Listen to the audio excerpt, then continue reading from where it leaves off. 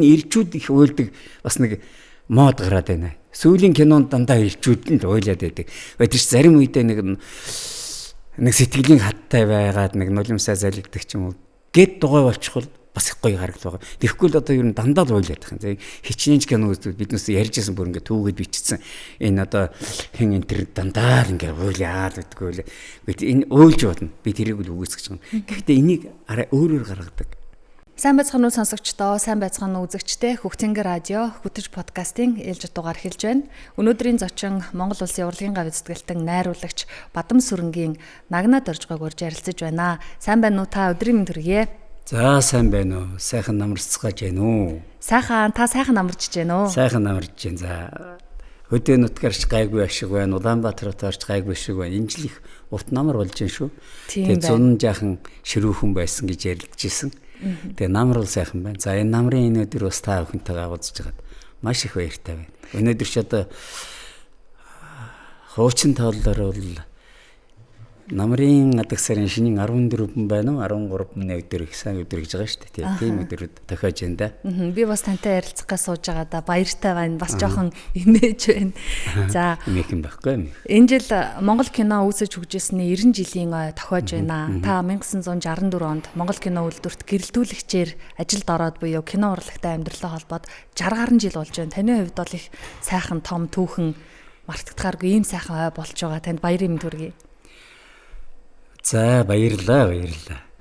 Нэрээ одоо өөрөө чинь хэлснээр тоодод үзэх юм бол 161 өнгөрөөцсөн байх юм. Тэгээ би бол яг тэгэж айхт сүрхий өөртөө нэг тоолдгүй. Саяхан юм шиг байсан. Тэгээ 1964 онд бараг 63 он юм аа. 63 оны сүүлчээр 64 оны ихээр их үдэ те. Энэ Монгол кино үйлдвэрт нэг босгыг алхаж орсон л да. Их хүндтэй босго юм байна гэж сүүлд ойлгосон. Тэр үед бол ойлгоогүй. 1960-аад оны ихээр Монгол кино үйлдвэрийн 2 дугаар одоо юу болж өргөтгөл болж одоогийн байгаа тэр буурин дээр одоо нүүж ицсэн. Тэгээд яг бүрэн дунд сургууль төгсчөөд байтал гинтхэн одоо тэнд нэг ачигчийн ажил байна гэхгүй юм ачиж байгаа юм шиг байна гэж. Тэгээ яваад очив нэг тийм ажил байсан л да. Нэг тиймэрхүү ажил хийсээр байгаа 1964 онд хонд нэг нүүл гэж штэ нэг буураас тэр хуучин байр нь бол одоо энэ филармоны байр гэсэн үг шүү дээ. За хүүхдүүд мэдэхгүй байх ягаад бол одоо бууцсан нэг жижигхэн байшингийн суур байгаа да тий. Энэ бол гадаад явдлын яамны зүүн талд юу баруун талд байгаа нэг тийм байшин байсан. Их чухал байсан байлээ. Сүүлдээ тэр нураацсан хойно бас би бас жоохон дотроо бодож ирсэн тийм нэг нураах хэрэг байна уу. Тэнд чинь алдартай цогтой кино өнтрийг авсан юм байлээ шүү дээ. Тэгэл яг 1964 онд кино үйлдвэрт орлоо. Нэг гэрэлтүүлгийн цех гэдэгт нэг туслах ажиллаж байна гэсэн. Тэнд би нэг 3-4 жил бараг 5 жил ажилласан. Янз бүрийн ажил хийсэлтэй. Гэрэлтүүлэгч, гэрлийн техникч энтергээд. Тэгээ гэрэлтүүлэгч гэдэг ажил бол ер нь сони штэ хүмүүс бас ойлгоход хэцүү. Ягаад гэвэл зүгээр нэг гэрэлтүүлэхгүй. Бүр сүулдэ тэр уран сайхны гэрлийн тухай ойлголттой болох хэрэгтэй. Тэгээ ямар гэрэл тавихын хаанаас нь тавих ёстой, юу гэдэг одоо сцен юм харанхуй байх юм уу, энэ шуургатай байх юм уу. Ялангуяа гадаа бол их гэрэл хэрэгэлдэг байсан штэ. Одоо бол бага хэрэгэлж байна. Тэр үед бол асар их том гэрлүү хэрэгэлдэг. Тэ нүүрсээр ажилдаг хэрэгжүүлсэн. Бүр 100000 лааны том гэрэл байлаа шүү дээ. 100000 лааны гэдэг нь маш том байгаа шүү дээ. Тухайд тэрийг зөөдөг барьдаг тийм л ажил хийжсэн. Одоо тэгээ та манай студид ороод ирсэн чинь тухайн үеийн гэрлийн хөгжил өнөө үеийнх бүр харьцуулшгүй байна уу? Би тэрүү танд хэллээ. Ямар гоё юм бэ гэж. Бүр ийм сайхан гэрэл игээтэй, ийм сайхан техниктэй байсан бол гэж байгаа шүү дээ. Их л юм хийх байсан баг. За тэгээд яг ер нь бол гэрэлтүүлгийн ажлыг бол нэлээ хийсэ. Тэгээ алдаач гаргаж байсан, онооч гаргаж л байсан. Одоо би хондоо засгийн газрын ордонд гэрэлтүүлэгч ажиллаж хийдэг. Тийм юугаар техникчээр томилогдчихсэн. Тэр үеийн одоо намтрын үйлдвэртэгч Умжаагийн цэдэн бол самбууга мэти одоо их том улсуудын өрөөнд гэрэлтүүлэг хийдэг. Тэнд одоо сурвалжлагын зөвхөн одоо манайх л байлаа шүү дээ. Тэр үчиний телевизэн тэр гэж байгаагүй. Бүхэл юмд нь явдаг. Тийм л юм байлаа. Заримдаа ч одоо уран сайхны кинонд их олон жил явна. Тэгээд явж байгаа би нэг хүмүүстэй жоохон танилцахгүй юу те. Гэхдээ би найруулагч болно гэсэн юм ёо тэр бодог. Ер нь болдогч юм билүү гэсэн бас нэг бодол төрж исэн юм аа. Гэхдээ би нэг ер нь бол нэг хүнд чинь бас нэг хий гэсэн нэг юм байдаг шүү дээ. Би нэг барилгач чинь болчдөг юм уу гэсэн нэг л тийм бодож исэн байхгүй юу. Тэгэл яваад ингээд байгаад байсан. Тэгээ нэг өдөр энэ үер кино хийсэн. Үер кино гэдэг маань одоо энэ жигждгэн хийсэн нөгөө Болд өвгөн Михаил өвгөн хоёр энэ төр тоглодог нэг кино шүү дээ. Тэр чинь Октябрийн хувьсгалын 50 жилийн ойд зориуллуудаа их том ойд зориулсан кино шүү. Тэр кино хийх болсон чинь жигждгэн найруулагчаар жигждэг маань миний одоо багш. Уран бүтээлийн багш гэж би хэлж чадна. Тэгээ намайг одоо энэ урлаг гэдэг энэ их том айлын босгыг давуулж их одоо ёстой өргөн далай гэх юм бол тэнд сэлүүлж сургасан хүн бол яахын аргагүй одоо манай дижчин жигждэг жигээ багш маань байгаа юм. Тэгээ чамайг би туслахаар авна гэл тэглээ. За ер нь би мэднэ л дээ одоо ер нь туслах гэдэг юу вэ? Юу хийдэг вэ? Тэгээ би бодлоо ийм их ширүүн гэдэг учраас бол маш их зарчимтай. Тэгээ ямар сайндаа олон зохиолчд манай жигждгэн тухай юу гэж утсан гэвэл Монгол киноны жанжин гэж бичсэн байсан байхгүй юу. Одоо яахаарахгүй цэргийн хүнээр бол одоо командладаг бол үнэхээр гайхамшигтай хүн. Би тэр хүнээс амьдралын их ухааныг амьдралын их сургуулийг заалгаж авсан. Тийм хүний одоо туслах нь гэхээр бодлоо дотор яшиг зүгээр. Ийм хүнтэй ажиллах хэрэг байна уу ч гэсэн. Тэгээ яахын аргагүй одоо орсон. Ягаад гэвэл хоёр шалтгаан байсан. Нэгдүгээр би гэрэлтүүлэгчийн одоо 4-р зэрэгтэй гэдэг маань би бас 550 төгрөгийн залинтай болцсон байсан. Та тэгэхэд Оросд сургууль төгсөж ирчээд ирээгүй. Гэрэлтүүлэгч байх та юм уу? Гэрэлтүүлэгч байх та. Одоо тэр туслах найруулагч хийжсэн байхгүй юу? Тийм байж тээ. Тэгээд туслах найруулагч гэдэг нь ерөөсө 220 төгрөгийн салин. Бас тэр үед бас нэг авгаа хөхтэй болгоснаатай бас нэг ангийнхаа охинтой наашаас одоо энэ өөрийнхөө гэргийтэй бас наашаас цаашаа бас явуулдаад байдаг. Гэтэл 220 төгрөгч одоо хэцүү шттэ тий. 15 оноод нэг 110 төгрөг авна. За тэрнээс нь баг 10-ын одоо суутгаад авчихна. Хүүхдгийн татвар. Эхнэргийн татвар. Би ч одоо болоог байгаа шүү дээ тэр шүнтээ суух. За тэгээд л одоо Монгол зүгтээ найрамдал юу ч үл эвлийн татвар үйлдвэршин авсаар байгаа 5 төгрөгийг авчдаг байхгүй. 5 төгрөг гэдэг нь надад асар их төгрөг байлаа тийм. Тэгээ ер нь яах вэ гэж бодоод байсан чинь заавал аавна гинэ намайг одоо туслахаар аавна гэн. За тэгэл очсон. Туслахын ярилцгийг ерөнхийд нь мэднэ л дээ. Ягаад миний урд байсан одоо Тэчимд гэж одоо их том шүүмжлэгч найр баримтын найруулагч байгаа. Тэр хүн тэр залуу сургууль явах болоод намайг орондоо одоо барыг өгцсөн байгаа юм. Түүнээс хойш за өглөө тэмцэл гээл жигэгийн хийсэн бүхэл кинонд явлаа. За юу хийсэн гээд намайг асуугаад байдаг.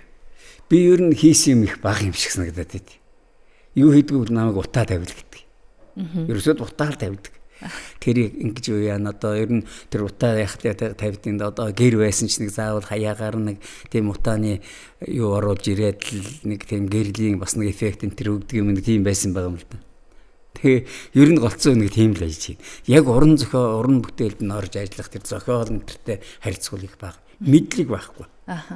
Ерөөсөө би шинэ нэг 10 дугаар төгсөв. Аваачаад өгцсөн. Тэгээ би ерөөсөө ямар ч мэдлэг байхгүй. Тэрнтэй ороосолдох юм байхгүй. Зүгээр жигэгийн хэлсэн бүхнийг хийн. За ингээд байж итэл нэг өдөр Вангонгой алдар зохиолч Ламжин Вангонгой манай уран сайхны удирдагч байсан. Намайг бас өрөөндөө дуудаад. За чи өнөөдрөөс эхлээд гэж байгаа. Тэр үед чинь одоо би яг энэ Амгаланбаатар хот дээр тэр өглөө тэмцлийн анхны тэр байлдааны зураг авчихсан. Морьтой улсууд ирээд гам амтай байлдаг. Би тэнд утаа тавиад явж байгаа. Байшин дотор утаа тавина. Тэр дээд шонгийн модыг халгааж утаа тавина. Ерөөсөө утаагаа чирээл явж идэл намайг Вангонгойтой ирж уулз гэдгсэн. Яваад байсан. За чамайг одоо сургууль явахна гэж. Тэгээ бодлоогүй би юм болов тэр нь сургуульд нь. Заач гэсэнгүй үгүйч гэсэнгүй нэгэн одоо тэгээ сургууль явна гэж байгаа бас их зүгээр санагдсан л. Яг бол урд нь одоо бидэнтэй хамт ажиллаж исэн одоо Монголын телевизд их одоо аргагүй одоо анхны суурин тавьсан одоо Содном, Юндан дорж за тэгээд соёлт энэ төргээл дандаа сайхан залуучууд тэднээс бүгд сургууль явуулсан. Би ганцаараа үдсэн байхгүй. За тэгэл нэг сургууль явах юм болдгийм байна гэж шалгалт энэ төр өгнө тэгээд орос хэл энэ төр байхгүй. Хоёр муу хараал за нэг талах давсаал мэддэг байсан баг. Тэгж ярьж байсан баг. Тэгээд яг нэг сонгон шалгалт оролтонд ороод нэг дөнгөн данган тэгэлсэн юм шиг байгаа юм. Тэгээд сургуульд явсан л та. Одоо олон залуучуудтай сургуульд явсан. Монголын киноноос явсан. Одоо энэ алдартай хөгжмийн зохиолч Баттөмөр гэж байна. Тэ гих мэтлэн олон залуучууд сургуульд явахгүй. Тэгээд очиод сургууль сурсан. 6 жил сурсан да. Тэр сургуульд. За тэгээд очиод хөгөө тэрсэн бас. Болоогүй. Тэр чинь зүгээр нэг шууд тэгээд орчдгүй юм байна. Миний ангийн багш бол одоо би даасан багш, урлагийн багш бол Игорь Васильевич Таланкин гэж СССР-ийн ардын жүжигчин. Төрийн шагналтай том хүн байхгүй юу? За ингээд л тэр сургуульд орсон. Би ерөөсөө Азаас ганцаархна тэр ангид орж байгаа юм. 8 том одоо том гэдэг нь учраас одоо том болцсон зөвлөлтийн их том улсууд Паул Чухраач гэдэг юм уу? Одоогийн энэ Москвагийн ерөнхий захирал Аримян Шахназаровч гэдэг юм уу? Ийм том хүүхдүүдтэй цуг орж байгаа юм тэгээ сургууль. Би тэгээд нэг юм яваад орлоо. Юу сурдгүй дээ. Нэг орос хэл байхгүй чи яац. Тэгээ намайг багш маань хэлсэн л дээ. Эсквэс чи орос хэлээ сур. Эсквэс юм бутсан дээр байх гэж. Тэгээ бодлоо ер нь сурхал хэрэгтэй юм чинь тийм ээ бас зорилго маань юмсэн гэж бодоод орос хэл сурсан сайн сурсан бүр. Тэгээ тэр ангид сураад төгссөн. Төгсөхдөө бас их учиртай. Намайг манай ангийнхан Чайка гэж нэрлэнэ. Энэ монголоор цахлаа гэсэн үг л дээ. Цахлаа шууг чайка гэдэг байхгүй. Нэгдэл багш хурч ирээл нэг чайка гэсэн юм яриад байна. Хэн мэдэх вэ гэлээ. Гараа өргөл гэсэн. Тэр Монголоос ирсэн нэг надэрч бас. За юун тухай мэдхүү гэлдэгсэн. Энэ бол одоо их сайхан машин. Маш тахилэг том машин гэж явсан. Нөгөө оросч инээлдэд ихэллээ. Уур хөрлөө. Энэ машинсанд юу гэж байгаа ингээд. Яриад байсан. За суусуу. За чи суусан дээрээ л гэж байна. Тэгсэн чи юу ярьжсэн гэж. Алдар Чеховын Чайка гэдэг жүжигний тухай ярьж яхад нь би дундуур нь машин аваад. Яасан гэвэл нэг хэсэг хугацаанд одоо биднээсээ бас зөөдөг тийм Чайка гэдэг машин байсан. Монгол кинод одоо ч байж байгаа. Ер нь бол дээд энэ томчуулууд тэр Чайка гэж их гоё машин л да. Одоо энэ зөвлөлтөд үйлдвэрлэх байлсан байхаа. Нэг тийм гоё машинууд байсан. Би тэр тухай ярьж гэнэ үг тэнгэрээд ингээд очисон. Тэгээ сүүлдээ намайг Чайка гэдэг нэрээр дууддаг болсон тий. Би тэрэндээ ч бас их дуртай. Яах одоо мэдэхгүй байсан. Тэгээ багш бүр инээгээд л одоо ерөөсөө за чи малгайгаа авчих юм. Би нөгөө малгайтайгаа суудаг гэсэн. Тэгээ ганцаархна. Ягаад гэвэл миний энэ толгой үс багтай байхгүй юу. Тэгээ за чи яах вэ малгайтайгаа суу гэдгсэн. Бүр малгайгаа аваад өөрөө миний малгайг авч инээгээд за чи яах юм унш. Тэгээ тэгэхээр чин нэлийн доогор байгаа биз. Яг үннээ хэлэхэд. Тэгэл одоо дандаа дэлхийн одоо сонгодог урлагийн тухай ярина, сонгодог театрын тухай ярина. Тэгээд одоо хөгжим сонсгон Чайковский, Бетховен, Юхин ч Моцарт, зөндөө юм ярина. За тэрий чинь тэгэл одоо уншихыг бодно да. Гэж явсаар байгаад. Яг төгссөн. Төгсөхдөө би харин дипломын ажлыг Монголоос очсон анхны одоо хүүхэд биш боловч анхны одоо том экспертиз гаргасан. Тэр үед Бадарчин одоо Хүжин гал гэж нэг зохиол бай та нар бараг мэдгүй хаа. Бидний үед үл их уншдаг байсан нэг тийм лам хүүхдийн тухай зохиол байхгүй. Тэгээ тэрний зургийг авах гээд одоогийн энэ Бурят улсын нутагт байгаа Хамбын датсан Гүсиний озер гэж байдаг. Ингээд явж байсан хүмүүс мэдэндээ галт тэргээр явхад Гүсиний озер гээд Гүсиний галууд нуур гээд том цахилгаан станцтай тийм газар тентхэн сүмд авсан. Москвагаас 17-8 хүний удирдах авчирсан. Манай захирал багш над загчээсэн шүү. За чивэл нутгийнхаа хажууд очно. Ердөө ойрхон хэл харагдаж байгаа юм чинь хяалтан хэл ерөөсөө ойрхон харагдана. зарим газараараа шүү дээ. Тэгээд тийм газар очиж чинь тэгээ энэ хүүхдүүдийг өдөөдөж юм чи их анхааралтай яваарай, аригтарснасаа хол яваарай. Тийм байж болохгүй шүү гэж их сайн загсналд. Тэгээ биднээс энэ 5 сард ирээд 8 сард зураг аваад буцсан. Тэгээд Бурхны гал нэртэй нэг баримт кино, уран сайхны кино хийсэн 3 бүлэг. Лөө аваач үзүүлээд монтажлаад багштай үзүүлчих. Тэгээ багш нэлийн үзэж үдчихсэн аа. Надад хэлж.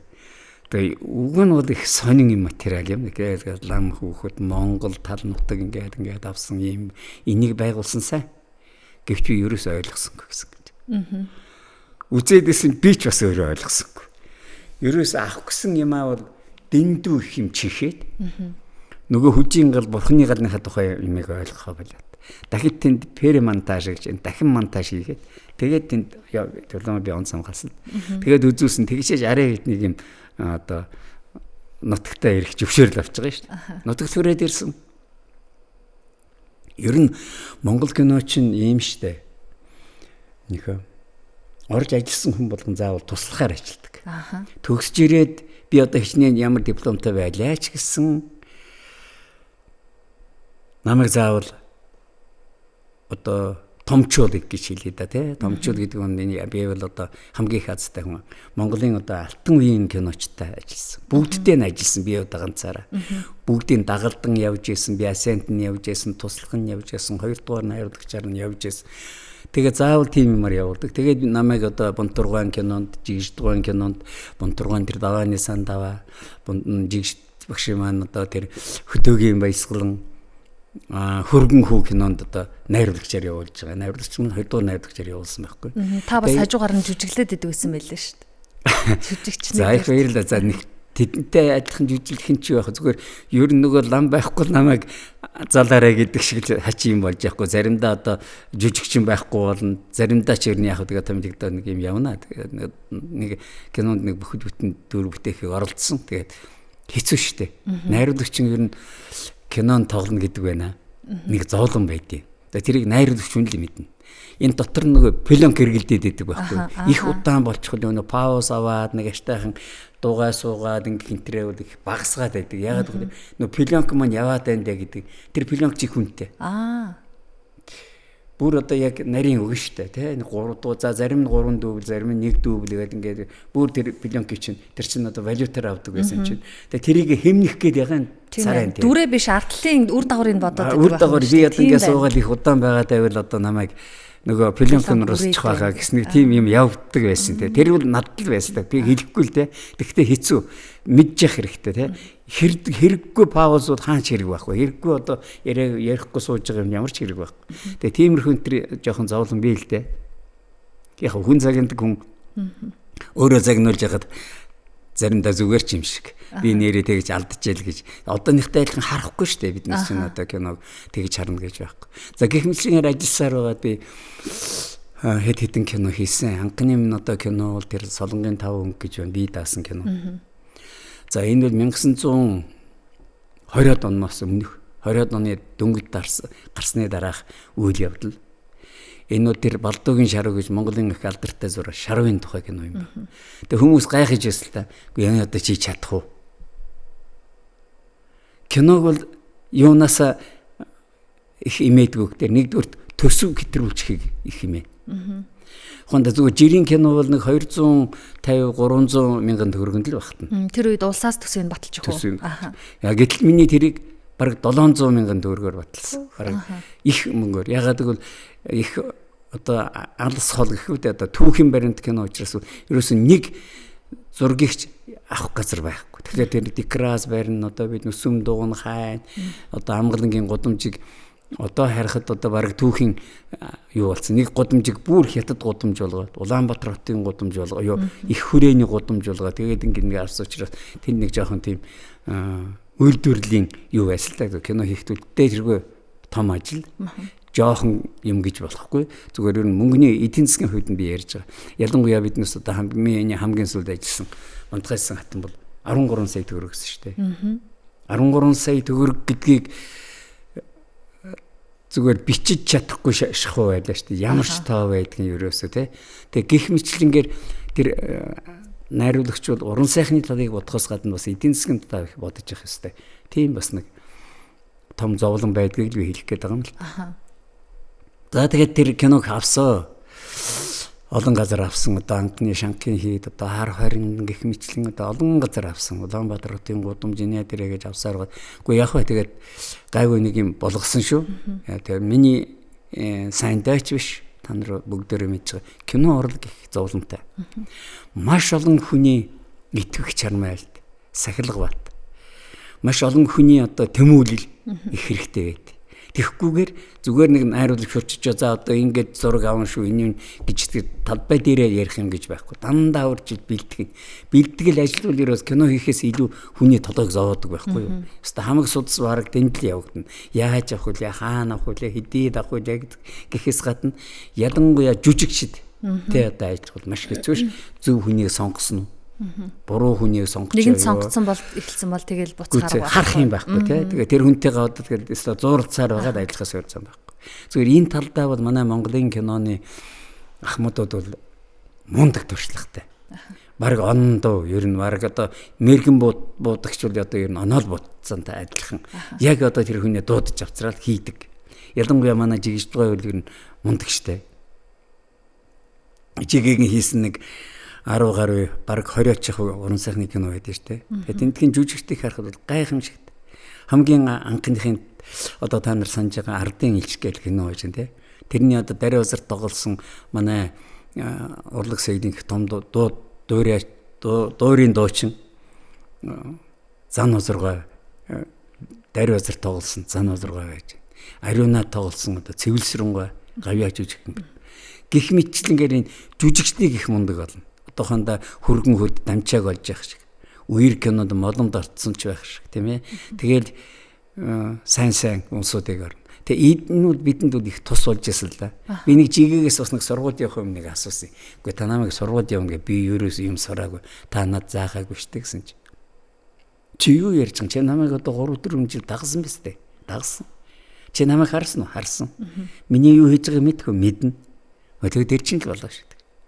Нэрээ энэ кино найруулах гэдэг юм уу? Урлагийн имийг л тэр ширээний ард суугаад сурна гэдэг үл их хол. Би одоо ч гэсэн бас энэ радио телевизэнд сургууль багшилж байхдаа бас хүүхдүүд хэлдэг байсан. Та нар ном уншаад хэзээ ч сурахгүй. Юу найрлагч, юу жүжигч. Та нарын амьдралыг хар. Эхлээд амьдралын одоо тэр үнэн амьдралын сайхныг мэдэрч ээж. Дараа нь чи өөрөө сайхан хүн болж ээж. Тэгжээж л энэ одоо урлагийг бүтэн. Нэс чи өөрөө боловсроогүй үед хизээч болохгүй гэж. Манай багш тэгж хэлсэн. Тэгэл боловсрохын тулд одоо яваад байгаа. Венерэ бодоод бас надаас их юм хэлэгжээс л одоо зохиол бичгээс л гадна. Өөрөө их манай жигчдгөө чи хуучин Монгол бичгээр их гоё бичнэ л дээ. Нөгөөх нь гаргахгүй. Гэхдээ тэрий чинь одоо бараг ичхтэр хүн орчилж байгаа юм шиг нэг юугаар одоо кириллисгээр буулгана. Гих мэтлэнгээс хэлээд ерөөсөө хийхгүй байж гэж байхгүй. Гэрийн барьж өгнө, хоолыг зөөж өгнө, хувцсыг янзалж өгнө, дулаахан хувцсыг бэлдэж өгнө. Энэ бол нэг хүнлэг чанараас яваад байдаг. А нөгөө талаасаа бол ерөөсөө хийхгүй юм байх уу? Пидионк зөөн, гэр барьна. Одоо тэгээд хонь авцрагвал авцрна, мориуна дахин одоо энэ хувцсыг өмсөд кадр өмнө одоо өгсөн хүн болоод хэвтгээвэл хэвтэн одоо ерөөс тэр чинь өөрөө амьдралын их сургууль байт юм байна. Тэр сургуулийг л би өөрөө төгссөн. Тэгжээж одоо би найруулагч болсон гэж би хэлэх гээд. Таны одоо Мантгац заатан кино, Мөнх тэнгэрийн хүчин дор кинонд дэр 2 дугаар найруулагч, дүр хариуцсан найруулагчаар ажилласан гэдгсэн. Хүүхэд байхаас эхлээд Мантгац заатан кино миний хувьд нэг арай илүү сонирхол татсан юм өрмөц кино байсан. Яг гэвэл манай аав Эрдэнтийн цэргийн ангид ахлагч буюу жолооч хийдэг. Тэгээ Мантгац заатан кинон дэр одоо энэ элсэн тасархаа энд зураг авч явах үед нь хоолын зөөдөг байж л те. Махны машин бариад махын зөөдөг байсан гэх. 28 машин байсан шүү. Махны машин. Тэрний нэг нь манай аав байсан байгаад. Тэгээ Мантгац заатан кино их гардаг байсан шүү дээ. Одоо ч гэсэн гар. Тэр кино гарах тоолонд аав тэр түүхээ ярьдаг. Баатрийн хувц өмсөд морьтой ахвалсан зураг нь байдаг. Тэгэхээр чин хөдөөний тэр жоохон хүүхд чинь аав нь кинонд нэг өдөр аяга барьж сууснаа хүртэл ярина. Тэр чин бүр ингээд манай аав кинонд тоглосон гэдэг утгаараа хүүхдүүдтэй их бахархаж ярина. Тэгсэн таны нэг сүлд ярилцлагыг уншижсэн чинь сүүлийн үеийн залуучууд түүхэн кинонуудыг их сонирхоо болчихжээ. Яагаад ингэж байгаа юм болоо гэсэн байсан. Нэрээ одоо энэ Мантгац заатны тухай сая Монгол киноны 90 жил болоход энэ түүхийг хангалттай хуваалцсан бол байх залуучууд ер нь яг яаж ийн? За эхлээд Мантгац заатан киноныхаа тухай ярив. Тэгээ. Би өөрөө бас кино авахгүй би бас тэрний дараа хэд хэдэн кино авсан л да. Тэр юу гэдэг Байданы даалгаврыг бас нэг кино хүний сайхан сэтгэл гэдэг кино Мянган зохиолоор энэ авчаад байж тал манай жигждгойнууд дээр нэг өдөр одоо хурж ирээд гэдэг нь би имлэгт байсан. Тэгээ намайг эргэж ирж байсан. За одоо нэг юм байна. Нэг кино хийх гэдэг би. Тэгэхээр чамайг авнаа. гэж. Тэгээ би яах вэ гэсэн. Гэхдээ чи миний одоо 2 дугаар найрлагчаар ажиллана. Би чадах юм уу гэж. Бас чи надаас юу сурсан тэрийгээ л гарга гэж. Нэгдүгээрт тийм одоо том хүний санал хүсэлтийг авахгүй байж болохгүй. Хоёрдугаарт над мандахайсан хатан тэр их юу санагдсан л да сайхан санагдсан. Ягаад гэвэл тэр хүний дүр түүхэнд бүтээсэн хүний тэр тусмаа эмэгтэй хүний дүрийг одоо бүтээх тэр уран бүтээлүүд хэрийн баргийн одоо уран бүтээлчтэй олдохгүй тийм аз жаргал байсан шүү. Тийм учраас зөвшөөрсөн. За зөвшөөрөл ажиллаа. За тэр бэлтгэл гэдэг ажлыг юусоо таймгүй. Одоо би бас нэг тийм нэг ном гаргах гэдэг чинь ер нь бэлтгэл үеийн юу хийж ирсэн юм бэ гэж. Нэг хадаас Монголд ийдгүй. Нэг төмөр Монголд хийхгүй. Тэгэхээр тэр чинь бүгдийг одоо хийлгэхээр болж шүү дээ. Одоо ямар юм хийх ёстой, дуулах юм, хідэн байх ёстой, жад хэд байх ёстой. За тэгээд морины имэйл хэд байх ёстой гих мэтлэнгээр нөгөө уран бүтээлүүд 2 дугаар планд явж байгаа байхгүй. Эрдэнд бүр олж чадахгүй. За ингээд нэг баахан юмнууд бэлдүүлээд нэг 150-аад ажилтнууд бэлдүүл зураашид ойдлчод одоо тэнд ороогүй юм байхгүй. Харин энэ далимд хамт ажиллаж исэн нөхдүүдээ Монгол киноны 90 жилийн ойг дахиадуулаад та бүхэндээ баяр хүргэе. Та нарын бүтээсэн юм миний бүтээсэн гэж би ерөөс хэлдэггүй. Ягаад гэвэл кино өөрөө маш олон хүний санаачлагтай гараар бүтдэг бүр яг сууж байгаа. За тэгээ нэг баахан юм хийлээ дээ. Ер нь хэцүү байсан. Тэгээ Батлан хамгаалах юмтай яриад Эрдэнэтийн том цэргийн ангийг, Өмнө говийн цэргийн ангийг, за тэгээ Төв ангийн байрлаж байсан цэргийн ангиудыг тэр тэндээс одоо цэргүүдийг татчих авцраад байрлуулсан. Тэр Булган аймгийн 3 болгосумын одоо яг өөрөө чинь хэлдгээ тэр нөгөө элсэн тасархай дээр байрлууд тусгай том одоо нэгүгээр хэлэхэд хагас одоо байлдааны зохион байгуулалттай гарсан. Бүх юм гарсан. Одоо тийм гал команд, эмч, онгоц. Одоо тэгэл пикарн гэж ярьдаг да нөгөө талх барих газартайгаа усанд орох газартайгаа бүх юм тэнд очижсэн байхгүй. Тэгээд кино эхэлсэн. Кино эхлээд явж байтлаа өөрхий манай жигийн одоо эрүүл мэндийн байдлаас болоод кино зогссон. Тий цаашаа явах чадахгүй болсон. Юу хэцүү байсан дөө. Тэр их олон сая төгрөгийг толгой дээрээ өрөөд өдөр шөнөгүй тэрийг бодоод явна гэдэг бол бас амаргүй. Тал гарцсан хүний одоо толгойд бол ер нь нэлээд ачаал өгсөн байх гэж би боддیں۔ Тэгээд жигийг маань одоо солихолоо жигийг ерөнхий одоо зөвлөхөөр ажилуулад киног одоо тэр үед бас нэлээд одоо нэрд гарч явсан. Одоо би тэрнийг өрөөндөө суудаг гэсэн Бигзэн Балжин юм кино найруулагч өгсөн. Тэгээ би бас тэр үедээ бас нэг жоохон ажиллахгүй энэ гэдэг юм хэлжээс л дээ би одоо багштайгаа л ажиллах гэжсэн. Одоо чивэл шинэ найруулагч.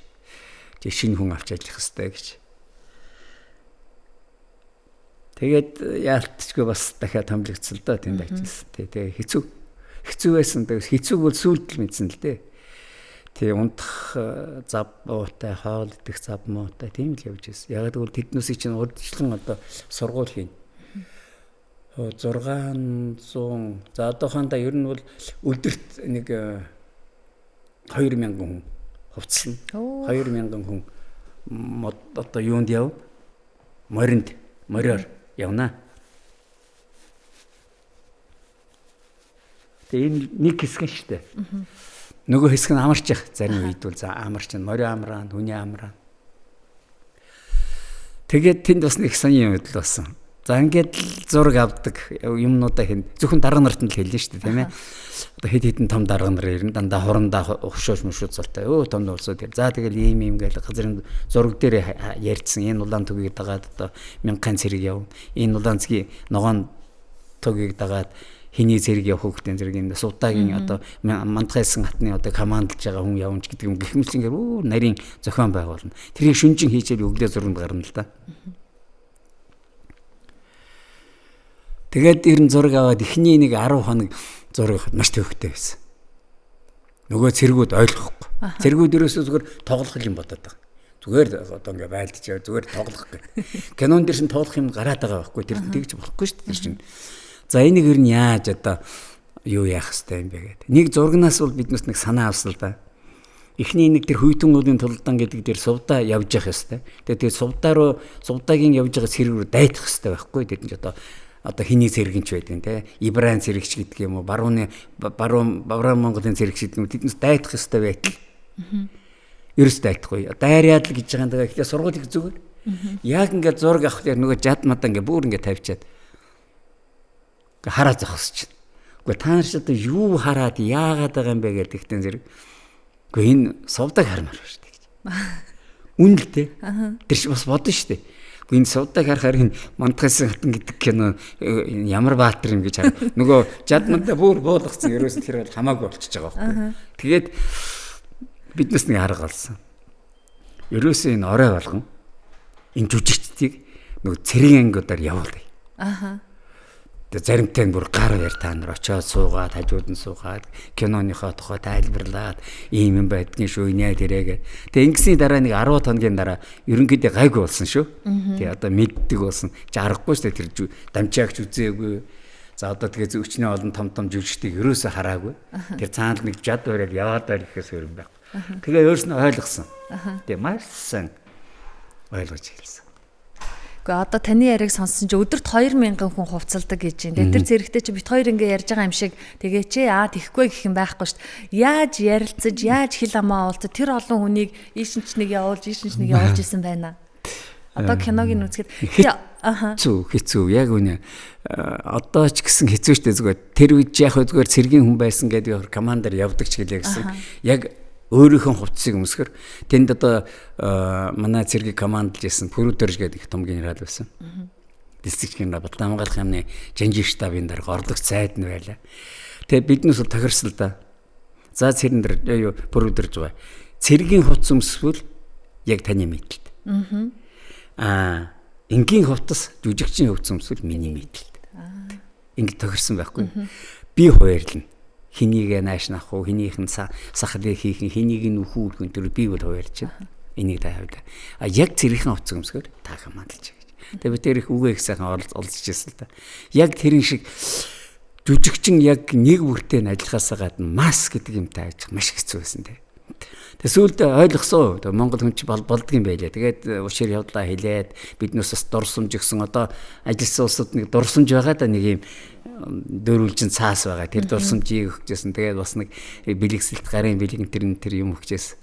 Тэгээд юу гэж хэлэх гэж байгаа нэг тэгэхээр Монголын кино бол ялангуяа одоо энэ түүхийн кино олон маас орж исэн кино бол Монгол түмнийхээ сэтгэлээс одоо бүтчихсэн юм аа гэж хэлэх гэж байгаа. Очижсэн айл, унжсэн морин хүртэл, за өгчөөсөн сүүн хүртэл сайхан одоо өглөө чинь тэгэл нэг цай мэд чанаж байгаа шүү дээ. Тэгээ тэрийг өөрснөө авцарж өгдөг энэ төргээд сүүлдээ их сайхан юм болсон. Тэгээ энэ бол Монголын Монгол төмний оролцсон хүн бүхний одоо ялалт байсан гэж би хэлэх гэдэг.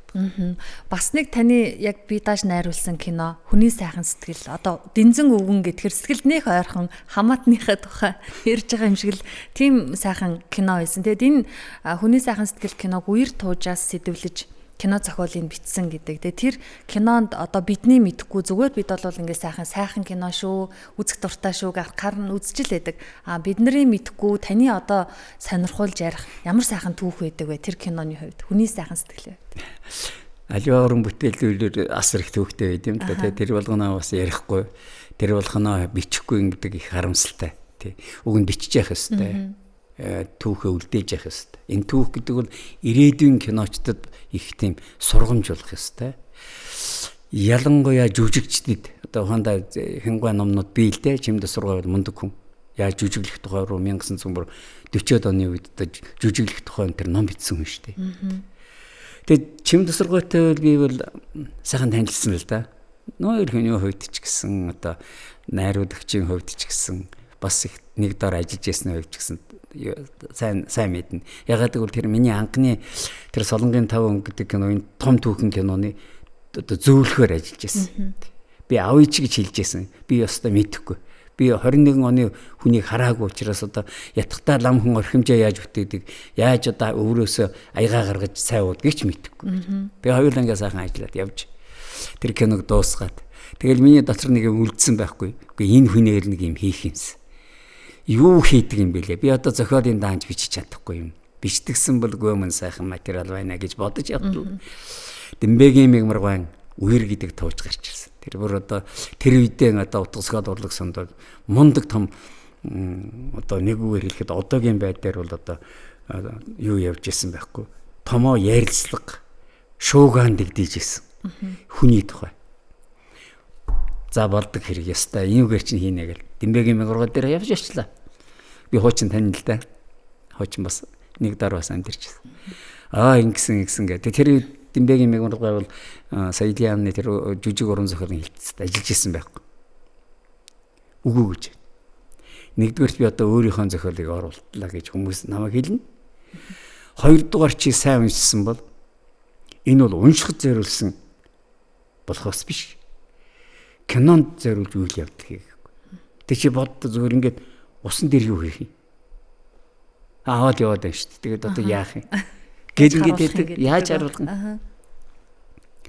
Тэр нь найруулагч юм бол ямар нэгэн зохиол ингээд олжлаа гэхэд тэр хүний толгойд ихлэ би болчдөг байхгүй. Би дүрээ хараад дүрсээ хараад ингээд бодоод байна. Жүжигчин юм байх юм байна. Энд нь хөгжим явах юм байна. Энэ үед нь юм байх юм гээд тэгээ тэр чинь ярина гэхэд их хэцүү. Ер нь кино найруулгыг ярина гэдэг их маш хэцүү байдаг шүү дээ. Хийцсэн хойноо бол ярьж болно. Тэрнээс өмнө одоо би ингэх гэж байгаа маяг үзээд тэгээ усаад явж байгаа юм байна гэж ухаанд нэг юм бодно шүү дээ. Гэхдээ мигмаргаа бол их хайхтар хүн. Хоёр дахь удаа очлаа. Үгүй над нэг юм бай. Яг үнэ хэлэхэд би яг наадгаар шин хийчмээр байна. Хин тоглох юм гэдэг гэж байна. Би Дэмбэгийн манай чимд сургай. Дэндвийн чимд сар гэдэг. Манай тэр үед ардын жүжигч аваагүй гавьяач жүжигч бас энэ хүн тоо. Уг нь бас энэ хүн чинь зөв юм байна ш. Манайр бас нэг юм харсан байгаа. Яагаад гурван бүтээлч юм зохиолч юм бас нэг дүрээ бий болгож штэ. За тэгж хөлцсээр яваад нэг төлөвлөгөөнд оруулсан. Кино 5 сард юугаа гаргасан. Төсөв төлөвлөгөөгөө аваад группээ гаргацсан. Чимд усргаа хаана байсан гэж имлэгт. Гардаггүй. Бодлоо за одоо энэ чирээсээ балархан дээ. Тэнд хүмүүс гарцсан. Хоолон дээд сайхан тэр хэрлэнгийн дээд ихээр авсан шүү дээ. Сайхан мөнгөн мөртөөс цаашаа их сайхан тийм газар авсан. Нөгөө их гайгүй үер болж исэн усан татарч яана гэж орон нутгаас хэлээд юм хэрлэн усгүй болж шүү гэд. Тэгээ чим тасаргой дээр би нэг өдөр явж ирлээ. За одоо нэг юм байна. Одоо тэгээ таныг гаргахгүй гэж би киногоо боллоо гэж. Ягаад тэг над өөр хүн санагдахгүй. Юу ярьж байгаа. Монгол киноч хүчний одоо сайхан өвгчүүлээ шүү дээ. Нөхөр одоо лувсан гээд хүн байж бай. За тэгэл хүчний улсуудыг нэрлэлтэй одоо манай гинтэн гоантрыг нэрлээд юм. Үгүй би тэднэсийг мөнгөх гэж байгаа юм байна. Миний нүдэнд таал харагдаад байгаа. Тэгэхээр таныг гаргахгүй гэж байна. Би эмчтэн ярьсан. Үгүй энэ хүнийг гаргаж болохгүй. Ягаад гэвэл зүрхний хэм нь алдагдаад байна. Би өөрөө очин гэд. Намайг давал нөгөө том эмчтээр ажиллаа. Хинч гэлийг сам доктор байсан. Гавьяат юм. За юу гэж юм чим тасаргал гэж. За ингээд ийм хүнийг энэ нөхрийг дагуулад ирсэн. Энэ миний найрлагч байгаа ингээл намайг надаар сайхан алхалж хийж байна юм толгойд киног би гарна. Өө таныг гаргахгүй. Би л авч хөшөөрөх. Ягаад гэвэл эмнэлгийн одоо журамд хэрвээ хүний биед ямар нэгэн доголдол үүсээд нэлээд хүнд өвчтөй хүнд байсан бол тэр хүнийг гаргachвал хариуцлага хин хүлээдэг юм би хүлээдэг гэсэн. Чамаар хүлээлэхгүй. Чим тасаргал шууд ярина шүү дээ. Би өөрөө. За ингэж ярьсаар ер нь тэгээд хамгийн сүүлд би хариуцгаар болчихж байгаа. За та авч гарлаа шүү. Энэ хүнийг. Энэ хүний бол одоо судсанд нэм байгаа ингэсэн ингээд одоо юунд цоглох нь юм бага юм яадаг чинь бага эмнэлгийн юм яриа. Тэг хоёулаа гараад явчихлаа. Тэгээ манай л өөрөө хэлсэн л дээ. Энэ яг ер нь ингэдэг юм зүгээр хаяа нэг 100 татчих зүгээр болчихдаг гэж. Жинад бэлэн байлгаж байгаа. Байлгасан би. 26 шил арх уусан байсан. Тэгээд одоо монтажийн одоо юу монтажийн одоо монтажтууд зохиолоос гадна нэг шил арх хундахтайгаа явж. Хэрвээ ямар нэгэн одоо энэ зүрхний доголдол энэ төр мань уучдаг байхгүй. Тэгээ яг хөө тэгээд уужил байсан л Ихэнх нь бие ярьсан. За тэгэл тэр хүнийг авсан. Яагаад авсан гэж? Та нар кинон дээрээс харж байгаа. Ерөөсөө мягмаргоон битсэн тэр өвгөн тэр насаараа одоо тэр усан дотор зогсож насаараа тэр заваараа явж исэн тэр хүний биеийн тэр үлбэр яг жимдэсэр баг шиг гарам тэр одоо мягмаргохгүй битсэн байдаг ш. Хэрвээ нарны өмнө тэр хүнийг харах юм бол элэг зүрх нь харагдмаар гэж. Тэг гоё дүрслэл байгаа тийм одоо ботлоо бүр дараа хавирах зүгээрэн бүр ингээд ярайцаад ерөөс ингээд тэгээд ерөөс ямар сандэ би нөр утгаштай хэлжсэн энийг будах ямар ч хэрэг байхгүй. Зүгээр пленкон зориулж тоон тавьдаг. Пленконд зориул. Тэс энэ хүнийг одоо хөгшрүүлэгч гэдэг юм уу? Энэ ёо хэрэггүй. Чим тус руу яг өөрөө тоглоно. Одоо өмдөө шуугаад гуяа гаргасан ч цамцаа тайлаад бие гаргасан ч яг л одоо чим тус руу байвал дандан юу мягмаргоон битсэн тэр дэнзэн өгөө шүү гэж. Тэгэл тоглосон. Тэгээд амжилттай тоглосон. Манер чинь одоо мундаг. Тэгээ миний бас тэр хүнд заахч ичгтэр байсан дөө. Яг хоёулаа сайхан ярилцаа за ийм юм тоглох өөрөө тоглоно өөрөө их санаач нь би ер нь энэ хувцсаа өмсөн шүү энэ малгайгаа өмсөн шүү гэж хачихгүй юм. Ямарсан тэ та нар хэрэг анзаарсан бол яг тэр хүүхдүүдийг ингээд юунд суулгахтаа завинд суулгахтаа нэг юм шиляп малгайт байгаа да. Мэд шиляп малгайт байсан баг. Тэгээд зураг аваад яваал нөгөөх чинь хүүхд мөхтэй гаргахулаа дараа чинь юм дээр наа ингээ явсаар байгаад орой хурч ирээд өмсгсөн нэг малгай байхгүй. Гэ тамалгаа яасан. Би яаж мэдэх вэсэн. Би тэгээ яаж мэдэх вэ? Тэгээ байхгүй нөгөөх. Тэгээ урсал алга болоо юм даа. Хонд тийм хүртэл би энийг юу гэж ярьж байгаа гэхдээ салан паландаа биш хамгийн гол нь тэр дөрвдөө идэхээр яг тэр ойр байгаа юм тэр мартсан сүйд нь би нэг 15 4 16 4 төлсөлтэй тэр малгайг ингээ бодоход бол үнэхэрийн одоо гавьяатай үнэхэрийн одоо дотоод сэтгэлтэй юма хийдэг мундаг штэ тэр одоо ганцхан миний кинонч та нар цогтойж кинон дээр тэр Ли Шансан гэдэг нэг тийм хятад их цэцэрлэгч өвгний юу нэг улаан малгайтай сууж байгаа нэг ярддаг да. Хоёул манай хүн тэгээ тэрний тэр хөдөлж байгаа гар мар тэр арх ууж байгаа тэр маняарын тэр 30 эд настай хүн чинь 80 эд настай хүний дөрөв бүтээж байгаа. Тэг чин тэрнийг дүр чинь аяга өөрийнх нь дөрөв бүтээж байгаа юм чинь ёо төөрдөхийн арга байхгүй. Тим агуу хүнтэй ажиллаж байсан. Тэжил кино биз. Одоо таны ярианаас сонсоод байсан чи киноныхоо дүрийг яг олж сонгоно. Зүгээр ингээ хувиргалтгүй сонгоно гэдэг энэ бас их тухайн үеийн жүжигчдийн онцлог яг өөрийнхоороо байсантай холбоотой болов. Тэгээ сүүлийн үеийн миний сонирхож байгаа юм эмэгтэй жүжигчдийн адилхан төстөө царайтай эмэгтэй жүжигчид дотроос кино найруулагчид дүрээ яаж сонгож байгаа бол энэ одоо нэг талын бэрхшээл болж байгаа болов уу гэж бодоод ах юм. За яг үнэн энэ талаар би зүгээр сони нэг юм эхлээд ярил да. Ер нь жүжигчин хүн ямар байх хэрэгтэй юм бэ гэдэг талаар. Саяхан за 2 жилийн өмнө бүгд наримт Солонгос ард улсаас нэг хэсэг улсууд ирд юм байна. Да найруулагч нар тэр харилцууд ирээд нэг Монгол эмэгтэйг энэ кинонд авч тоглоулна гэхгүй юу? За тэгэхээр ярьж байна тэр эмэгтэй нэг тийм хөдөөний байр эмэгтэй байх хэвээр ийм байх хэвээр гэдээ баах юм ярьж байна. Би орчуулагчаар дамжуулж ярьж байгаа юм чинь тийм л мэдлээ л дээ. Тэгээд бас нэгэн хідэн жүжигч авцарлаа. Киноны дээд сургууль дээр очлоо. Энэ юун дээр бас очсон. Радио телевиз центр дээр очсон. Нөгөөдөл хүмүүс үзсэн зургийг авсан. Тэгээд хүн олоогүй яваад гисэн. Авахгүй яв. Тэгээд орой нэг үлд болоод нэг бүгдээр нэг суусан л да тэгэхээр би асуухгүй яагаад ингэ болчих гэсэн. За нэгнаа дөрж нэг л юм хэлье. Танад нэг жоохон буруу юм яваад байна.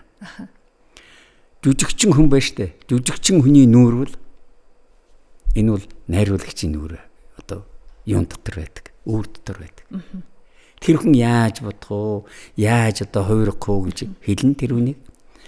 Танайхан ерөөсөө нөгөө гадаадын хүн ирээд үзнэ гэхдээ зэрэг хөөх юм нэг сурмусаа будаад энэ хамаг юм зассан байт юм л да. Одоо орчин хүүхнүүч нэг тийм байж таа шивээс хийлгсэн. Тэг ингэж болохгүй шүү гэж. Тэг энийг би бас олон улсад хэлсэн.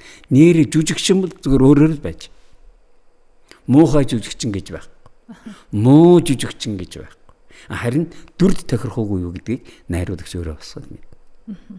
Тоглож шүү дээ чинь өөрөө мундаг хувирдаг байхгүй. Ерөөсөө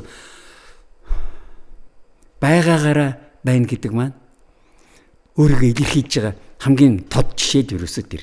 Тэгэхээр одооний улсууд бол яг хувиргаж л байна л да. Ер нь бол янз янзаар хувиргаж байна. Би одооний киног бага үздэг яг үнэ хэлэхэд. Муу гэж байгаа юм биш. Зүгээр одоо хийж байгаа кино бидний хийжсэн одоо 60 жилийн өмнөх кино энтрийн хооронд бол том ялгаа байна. Том ялгаа гэдэг нь бол одоо хийх процесс гэдэг юм уу, хийх үйлдвэрлэл, хийх арга барил энэ бол суур нь бол хэвээрээ. Нэг үгээр хэлэхэд бол нөгөө үсгэлэл бол хэвээрээ. А Б гэдэг тэгж ингэ хэвээрээ. А гэтэл одоо А-гийн чинь өөр бичээд байна. Б-гийн чинь өөр бичээд байна. Б гэдэг үсэг байх шиг байна. Яг тэрнтэй адилхан энэ дөрүүдийг бас их өөр болгоод байна. Жохон зохиомл болгоод. Нөгөөдөл нэг тийм юундаа наалдж өгөөгүй. Одоо дөрөндөө наалдж өгөөгүй нэг тиймэрхүү өнтер юмнууд байна. Энэ зарим кинонд би бас цогсох харж байгаа юм л да.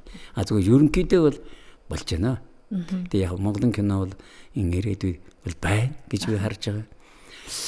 Ихэнх киноноос одоо бас хоцрохгүй явах хэрэгтэй. Ягаад гэвэл техник нь өөрөө тэртээ зэрэг татаа явчихдаг. Техникгүйгээр кино гэж байхгүй. Хичнээн мянга тоглоод ирэх. Одоо маш сайхан байна. Одоо наана технологи нь ороод ирсэн. За тэгээд юуг нөө хиймэл аюу ухаан тэрчгийн үр хамаагүй өөр юм болж шүү дээ. Ямарсан дээр бид нас нэг цуглуулчаад кино үзэж байхдаа үгүй энэ дрон гэдэг юм мантахад байсан билгүй ямар сайхан дүрс авах байсан бэл. Тэн дүрдээ хоёрхан вертолет нисдэг хэрэгтэй. Нөгөө нисдэг тэргээр яв зураг авахгүй гэхээр ерөөсө аппаратанд тохирдгүй нөгөө ч ингээд салганаад ингээд зогсооч нь л да. Одоо тэр 2000 зэрэг давчаан гэх юм дээр нь зогсоочдөг байхгүй. Тэг ингээд нөгөө ч нөгөө зогсохдоо ингээд балбалзаад ерөөс нөгөө том экран чинь дараа нь ихэд чинь 100 дахиад томсон шүү дээ. 100 дахин том хөдөлгөх нь гэсэн. Тэг арай гэж л авчихсан дөө биднээс орос малсаар хөлдөх барих их бүдүүн аймаар авчихсан. Хонда ийм техник байсан бол бас нэлээд сайн авах байсан баг гэж би бод. Та сүүлийн үеийн кинонуудаас бараг үздэггүй гэж байна. Тэгээ тэгсэн чинь уг нь бол илүү үзмээр юм шиг техник технологийн хөгжлөөрөө хүмүүсийн интернет цаг хугацаа орон зай харгалзахгүй сурж байгаагаараа тэгээ ядаж нэг за энэ кино л нэг бидний үеийн хийдэг байсан шиг чанартай чансаатай им рүү төгөхөндөө энэ хэвээрээ явбал гэсэн продакшн ч юм уу эсвэл нэг тийм кино жишээ татах юм байна уу? Байдгүй яах вэ? Тэ огт үздэггүй биш. Би үздэггүй гэдэг нь учраас массаар үзэх ёстой байхгүй. Ялангуяа биднээс мэрэгжлийн улсууд үдэд бас нэг үзээ улсуудад бас нэг юм хэлэх ч юм уу тийм ээ чаддаг юм а хэлээд нэг юм байна шүү гэх юмнууд байж. Жишээлх юм бол одоо энэ манай Жанчив доржийн 2 хөвөө санг дорж хин 2 гээд байж байгаа. Тэрний хийсэн хамгийн сүүлийн би нэг киног яриа тэр нэг чимээгүй хотын жолооч гэж нэг кино хийсэн байна. Тэр яадаг гэхээр энэ талигач нарыг зөөдөг нэг машин байна шүү. Тэр машины жолоочийн тухай кино тэр хийсэн. Зүгээр сайн кино. Одоо тэр маягаараа явбал тэр жүрчдийг тоглуулж байгаа байдал Монгол хүний дотоод сэтгэлийг илэрхийлж байгаа байдлын төрөл хэрэгтэй. Бид одоо ер нь юугээр ялгахтай юм гэхээр одоо энэ даяарчлал гэдэг юм дээр шүү дээ. Одоо Солонгосын киног их дуурайж хийж байна. Хамгийн гол нь би тэрэнд нь дургүй байгаад байгаа. Солонгосын кино, Америкийн киног дуурайж байгаа шиг нэг л тийм нэг л яах гэдэг юм да одоо нэг хуурмаг юм яваад байт юм а. Би бол өөрөө тийм реалист одоо гэдэг юм одоо социалист реализмын юугаар хүмүүжсэн учраас бодит тийм рүү харах гэдэг. Гэтэл тийм ч нэг нүдэн бэлтрээд явж байгаа чинь гар нь ингэж ч хаашаа ч юмнууд хийгээд байгаа мэдгүй. Одоо ерөөс нэг тийм. Тэгээ тэр үл яг одоо нэг мөнгөний кассовый кино гэж ярьдаг. Тэгээ мөнгөнийхөө кинонд тэдэн зохин. Зүгээр тийм юм байна л да. Тиймгүүгээр кино урлаг байхгүй. А бидэнд бол тэр үед мөнгөний тухай огт нь ярихгүй. Зөвхөн урлагийн тухай. Зөвхөн үнэн урлагийн тухай. Зөвхөн сайн урлагийн тухай л бид ярьдаг байсан. Нэсүүд одоо энэгээр мөнгө олчих гэсэн юм бол байхгүй. Гэхдээ мантахаас хатан бол их мөнгө олсон шүү дээ. 250-60 мянган доллар оруулж ирж исэн та. Тий сангийн яамд. Таны нэг ярилцлагыг уншижсэн чинь би маш хацтай хөө алтан үеийн бүх жүжигчдтэй найруулагчтай ажилласан үдсэн. Тэгсэн хэрнээ надад харамсах юм байдаг гэсэн. Яагаад гэсэн чинь би бодсон шигээ ихийг сурж авч чадаагүй. Сүүлд нь одоо бодсон тэгдэг байж гэдэг. Гэтэл та одоо сүүлийн үеийн оюутнуудтай ажиллаж байгаа, багшилж байгаа. Одоо Сойс радио телевизийн сургууль, Гарцаг кино урлагийн дээд сургууль гэд. Энэ оюутнуудад та яаж хандж гин үү? Өөрийнхөө алдааг давтуулах юмсан гэж боддог уу? Маш сонин асуулт асуулаа. Би тэгээд хилцсэн байх та. Одоо хүртэл тэрийгээ бас кино маасан гэдгийг. Тэгээд чадаагүй гэдэг нь учир нэг юм л дээ. Хүн ер нь өөрийнхөө хажууд байгаа ямыг ерөөсөө анзаардаг юм байна. Та нар ч одоо анзаарах хэрэгтэй. Аав ээжигээ анзаарч байгаа. хань нөхрөө ханзаар сайн танд муу юм яаж хүүхдээ үлж үрэх энэ талаас одоо л ярьж байна. Хуучин бол монголчууд бол тэгэхгүй шүү дээ. Манай ээж бол одоо манай ээж л байсан. Тэрнээс л одоо ийм сайн хүн, тийм сайн хүн энэ тэрийг би одоо л мэдж байгаа өөрхий тэнгэр талцсан одоо л мэдж байгаа бол тэр үед сурдгүй юм байна л да. Тэгээ энэ том алдаа. Энэ уран бүтээлчд байж болохгүй. Энийг зайлшгүй тэмдэглэж явах хэрэгтэй. Би одоо хүүхдүүд хэлдэг. Та нар нэг тэмдэглэлийн дэвтэр аваа. Одоо та нар их гоё утастай. Тэр утсаараа энэ одоо миний авчирж байгаа энэ яриулж байгаа улсууд юм уу энэ ярьж байгаа юм тэмдэглээд авчих. Одоо хэрэггүй байж болно. Та нар бол зарим нь тэгж байгаа шүү утсаа тавьж гараа авчиж байгаа. Яасан гэсэн багш би наадах чинь очиод уншиж чана. Уншихгүй ч байж болно. Чамд дараа яг хэрэгтэй. Яг тэр байдлаар бол би бол алдсан байхгүй. Хэрвээ тэднүүсийн тухай одоо зөндөө олон юм сонсоод бичээд үлдээгээд мэдв. Тэгээ бүр одоо юу гэдэг нь тэр одоо жүжиг юмд нь тоглосон тухайг нь бичих тэр над их хэрэгтэй байгаа байхгүй. Одоохондоо найруулгыг би чамд хэллээ шүү дээ. Тэгээ яг найруулгыг зааж болтгоо байхгүй. Ингэж хийдэг юм аа гэж л ерөнхийд нь л яриад байгаа болохоос биш. Яг хийцэн кинон дээр бол болж байгаа. За би яг энийг хийх ёстой байсан үү? Тэгээд хийгээгүй. Хон жишээлбэл Мандахсан хатан дээр бол зохиол дээр бол хэнийг болно гэсэн юм байхгүй л дээ. Одоо эсмэл сайдыг бол яллахта болно гэж юм байгаагүй. Гинтхэн биднээс бодсон байхгүй. За маргааш энийг харуулж алах юм уу, цавчиж алах юм уу? Ямар нэг байдлаар хорвоноо да тэр юм шүү дээ. Тэгээ бодож яснаа үгүй энийг ер нь олны өмнө шийтгэе. Яаж шийдэхгүй гэж газар болж. Тэгээ сүүлийнх нь үгийг сонсъё, юу гэж хэлэх нь. Гэх мэтлэнгээр юм санаа орж ирдэг учраас энэ бүхнийг тэмдэглэж явах хэрэгтэй. Над ийм санаа орж ирсэн. Энийг би ингэж хийсэн чинь алдсан. Эсвэл одоо юу гэдэг онсон гэж. Яг эн чинь өөрөө нөгөө онол гэдэг чинь явж идэг байхгүй. Энэ практик бол сүүлдээ яг онол болоод хувирчдаг. Тэгээ энийг имийг би хэлдэг. Одоо бол ерөөсөө яг хэлдэг. Та нар мууч сайнч бичиж авчи. Муугийн үзгээд сонсохгүй хайчихгүй биш. Та нарт хэзээ нэгэн цагт хэрэг болно. Хэрвээ би одоохондоо тэгдэг байсан бол гэж байгаа шүү дээ. Би хэд хэдэн бас баримт кино хийсэн. Одоо би баримт киногоор өөрийгөө зэнгэлж байгаа. Нэлийн олон баримт кино хийлээ. За ер нь Монголын одоо найруулагч нарын тухай, жүжигчдийн тухай би нэлийн кино хийсэн. Харин ч одоо бас бардам хэлж чадхаар нэлийн олон кино. Би жигчдгийн тухайга бас нэг баримт кино хийсэн, 3 бүлэг баримт кино хийсэн. Гэхдээ тэнд нарийн одоо юм нь бол гаргаж чадаагүй. Нарийн имийг гаргаж чадаагүй учраас пленктэй л холбоотой. Тэгээ нөгөө нэг юм ингээд нэг дөнгөн данган гараад одооныхтай адилгүй ш. Одоо бол хичнээнсээ бичижсэн ч хамаагүй. Тэрийг тэн дотроос алтын шүүрэн, шижир болгоно, давтаж хийн, бөгж болгоно ч гэдэг юм уу. Тэр үгнүүдийг авчаасаа гэж би дандаа тэгж хэлдэг. Би нэг тиймэрхүү юм жоохон зааж явдаг та.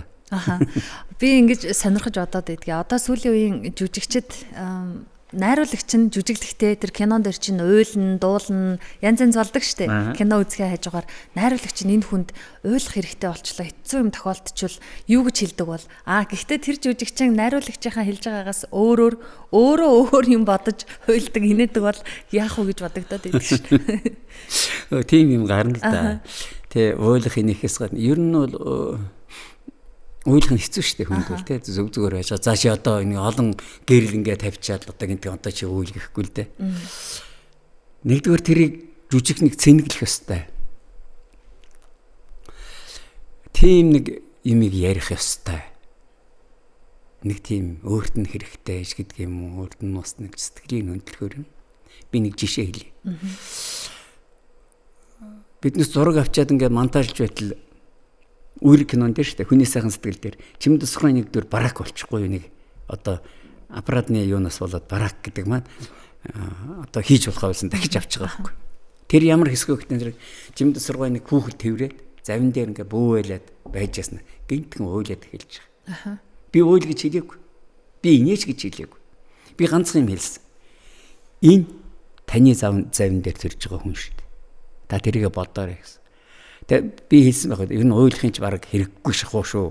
Уйлах гэдэг байгаа. Яг л одоо яг энэний дараа та стоп кадр болоод тэнд ингээд одоо нөгөө нацаг доржин шүлэг энэ төр уншигдана одоо хавар намар ингээд дөрвөн гөлөрлөө ээлжилж те нар сар дөрөвтэй нөхөр хүн бүхэн нялхсыг өгтөж өтгсийг үзээ төм мөнжид за чөлөө завг өнтэргээд ийм уншна гэдэг ингээ хэлц. Тэгсэн зураг авлаа бид том дурамтай нэлийн хой. Дахиж авч байгаа тэрийг бүр хүйтэн боцсон хойно баг 9 10 сард авсан. Тэгээд нүцгэлсэн. Үдээд байх нь шүү дээ. Нүцгэлээд ингээ зураг авах гэсэн. Гинт ингээ хараад өглөж байна хань ингээд бол тэг би аав гэхгүй. Хаваад гараа битээ зогсоо. Авлаа зөнтэй өнгөж. Гээ чимдэ сурга та яагаад ингээд уйлж гинт ингээд гэсэн. За юу гэж хэлэх вэ? Начамд нэг юм хэлмээр байна. Би хэдэн настай вэ? Тэгээ миний энэ завин дээр хүн төрнө гэдэг энэ л агуу шүү дээ. Хүн төрөх гэдэг үл маш агуу. Энийг нулимсгүйгээр сэтгэлгүйгээр гаргаж болох юм уу гэж. Тэгээ ингэ тоглодгсон бол бүгд сайн. Гэхдээ эднээс одоо нэг жүжигчин ч гэсэн ер нь зүгээр л дээ. Гэхдээ энэ ирчүүд их уйлдаг бас нэг мод гараад байна. Сүүлийн кинонд дандаа ирчүүд нь л уйлаад байдаг. Тэр ч зарим үедээ нэг сэтгэлийн хаттай байгаад нэг нулимсаа залгиддаг ч юм уу. Гэт дугуй болчихвол бас их гоё харагдал байгаа. Тэгэхгүй л одоо ер нь дандаа л уйлаад байгаа юм. Хичнээн кино үздэг биднээс ярьжсэн бүр ингээд түүгээд бичсэн. Энэ одоо хэн энэ тэр дандаа л ингээд уйлаад гэдэггүй л. Энэ уйлж бодно. Би тэрийг л үгүйсгэж байгаа. Гэхдээ энийг арай өөрөөр гаргадаг.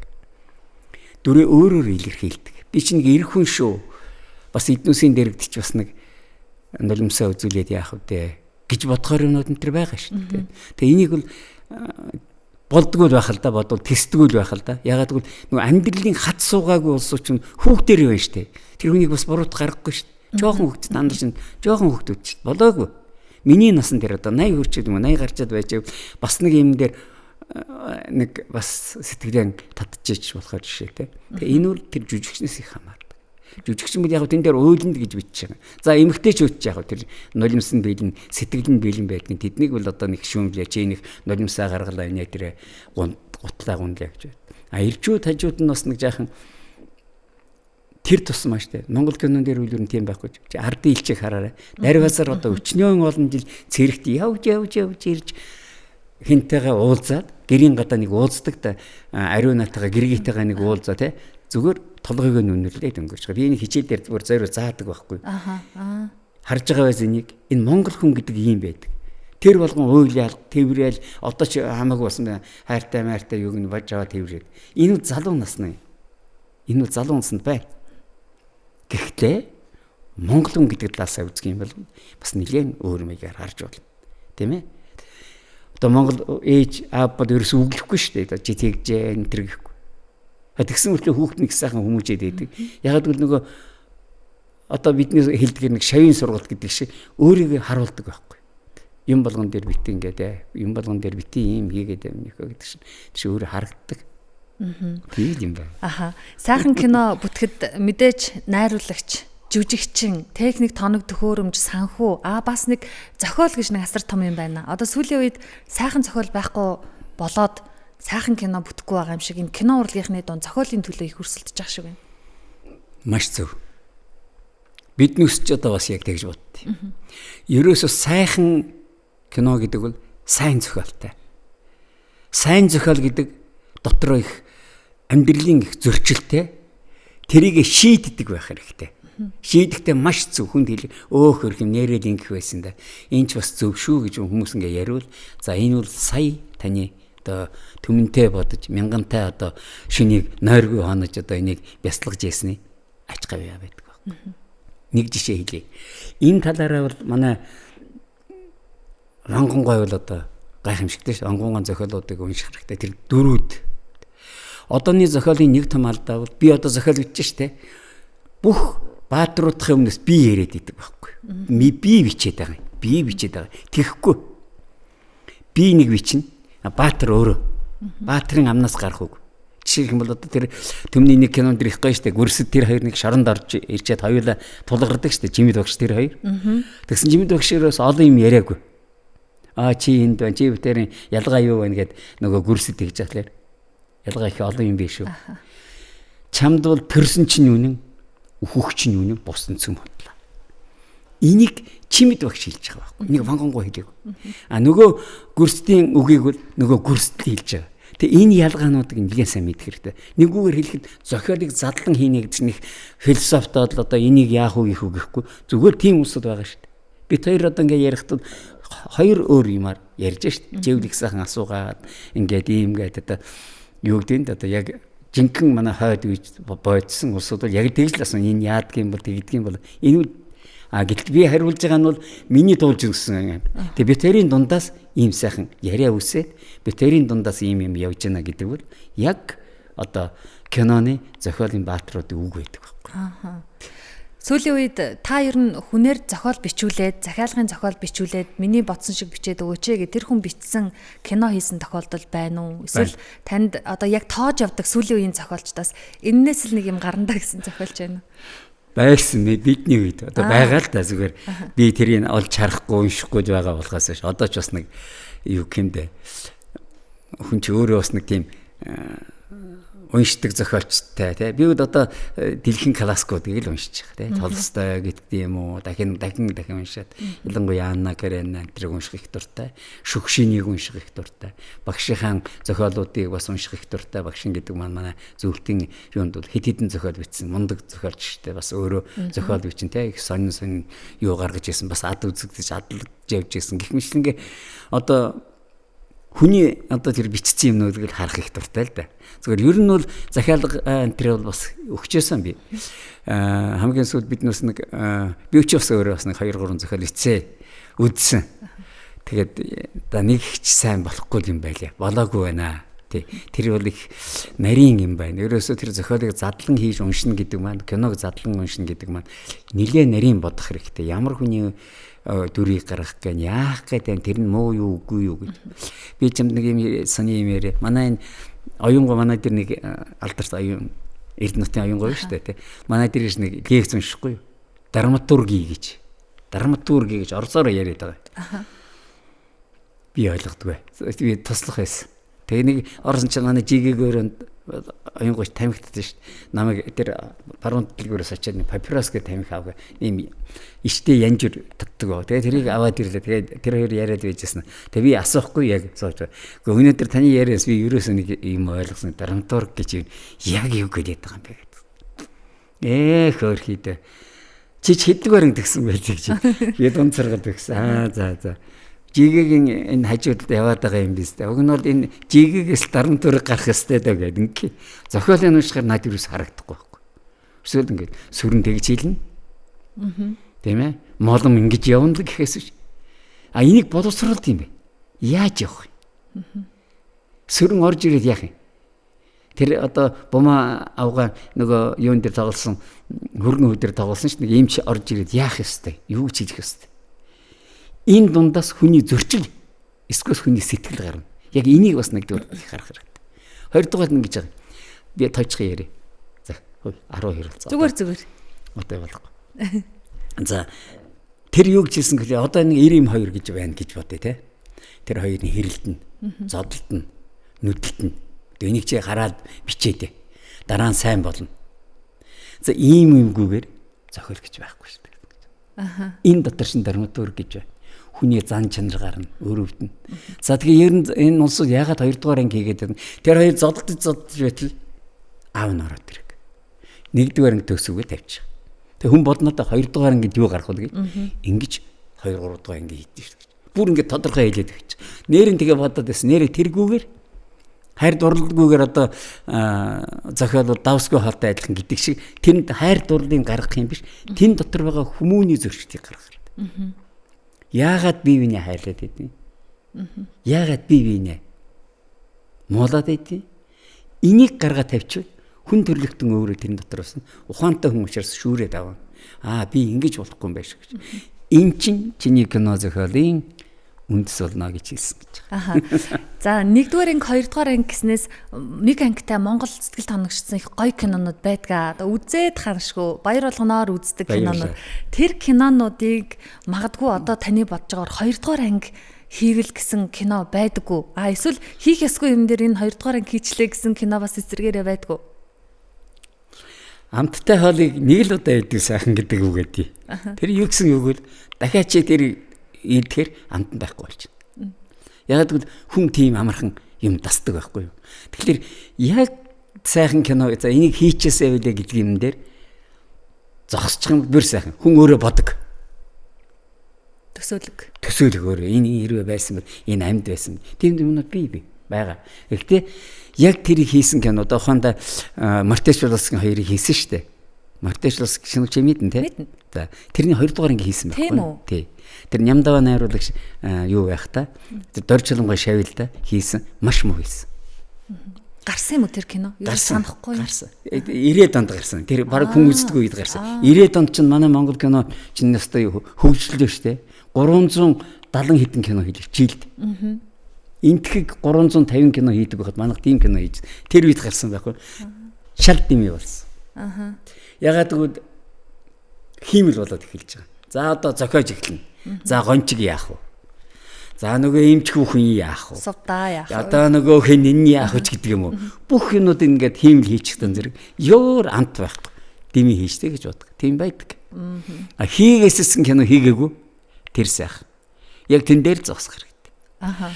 За ингээд ерөнхийдөө бодоход би бас хамаагүй юм руу нэлээ ярьчих шиг боллоо. За одоо 90 жилийнхаа ойг удахгүй тэмдэглэж байгаа Монголын одоо ард түмэн үзэгчтэйгээ хамт шүү дээ тий. Тэгэхээр энэ тэмдэглэлтэй ойг нэлээд том болох байх гэж би бодож байгаа. Яг ер нь биднээс бас хэд шинэгээр гар би оролцож байгаа. Янз бүрийн юмнууд хийж байна тий. Тэгэхээр энд би юу гэж хэлэх гэж байна гэвэл энэ Монголын одоо үндэсний кино урлаг Монгол кино хөгжснөөр Монгол хүний сэтгэлгээнд бол асар их том өөрчлөлт гарч ирсэн. Нэг үгээр хэлэхэд хувьсгал гарч байна. Хувьсгал гарч ирсэн. Монгол хүнийг сайханд тэмүүлдэг байсан. Тэр хэвээрээ байгаа. Одоо энэ хийж байгаа киноч гэсэн тийм байх ёстой. Хийгээсэй гэж би бодож. Ялангуяа биднээсийн араас одоо ингэ зүтгэж кино хийх гэж бидэнтэй адилхан жаргал зовлонгоо хуваалцж байгаа залуу нөхдүүд хэлэхэд бүү шантараас сайхан кино хийгээсэй. Тэгээд ер нь одоохондоо нөгөө өнгөрсөн түүхээ мэдэхгүй бол ирээдүй байхгүй гэдэг шиг биднээсийн хийсэн тэр одоо Монголын киноны хөгсөнмөн уулын оргилд байсан улсуудын кино хийсэн тоглосон юм болгоныг судалж үзээд нэгтлэн хараад за дуурайх нь юу юм бэ тийм ээ энийг одоо үзэж одоо суух юм бол та бүхний одоо ажлыг амжилттай болно гэж би хүсэж байна. Тэгээд энэ одоо Хөхтөнгөр радиог сонсож байгаа сонсогчд Монголын киног шинтэн үздэг үзэгчид та бүхэндээ одоо хамгийн сайн сайхныг хүсэж Монголын кино шиг Монголын кино урлаг шиг үргэлж дэвшиж яваарэ, дээлж яваарэ гэж хүсье. За маш их баярлалаа. Тэгэхээр сонсогчтой үзэгчтэй Хөхтөнгөр радио хөтөж подкастын энэ удаагийн зочин Монгол улсын урлагийн гав эзэтгэлтэн Бадам Сүрэнгийн Нагнаад орж байлаа. Танд Монгол кино үүссний 90 жилийн ой мэндийг дахин хүргэе. Эрүүл энхийг хүсье. Баярлалаа танд. Энэ сайхан студид хүлээж авсан та бүхэнд одоо энэ бүх болон техникийг эзэмшиж байгаа энэ бүх улсууд бас өөрт чинь дахин амжилт хүсье. Сайхан юм хийгээрэй. Сайхан газар одоо ажиллаж байгаа юм байна. Хүний чихийг дандаа сайхнаар мэлаж яваарэ гэж хэлье. За баярлалаа танд. Сонсогчдоо дараагийн дугаараар эргээд уулзъя.